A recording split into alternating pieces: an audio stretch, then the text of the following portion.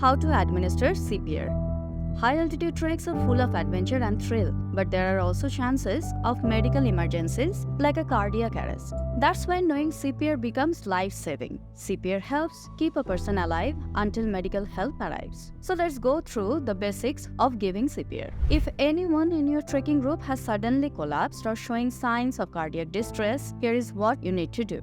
First, tap and call the person loudly to see if they're responsive. If they're not, immediately call for help and in the meantime administer the process of CPR. Begin with chest compressions. Place the heel of your hand on the center of the person's chest and interlock your fingers. Push hard and fast, aiming for a depth of at least 2 inches. Keep the rhythm fast and steady. Aim for about 100 compressions per minute. After 30 compressions, give 2 rescue breaths. Tilt the head back slightly, pinch the person's nose, and cover their mouth with yours.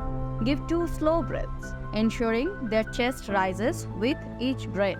As you push down on the chest, you are helping circulate oxygen-rich blood throughout the body manually. This keeps vital organs, including the brain, supplied with life-saving oxygen they need to function. Keep alternating between 30 compressions and 2 rescue breaths until help arrives or the person starts breathing. Remember, the goal is to keep oxygen flowing to the brain and to the vital organs until the medical help and aid reaches the person.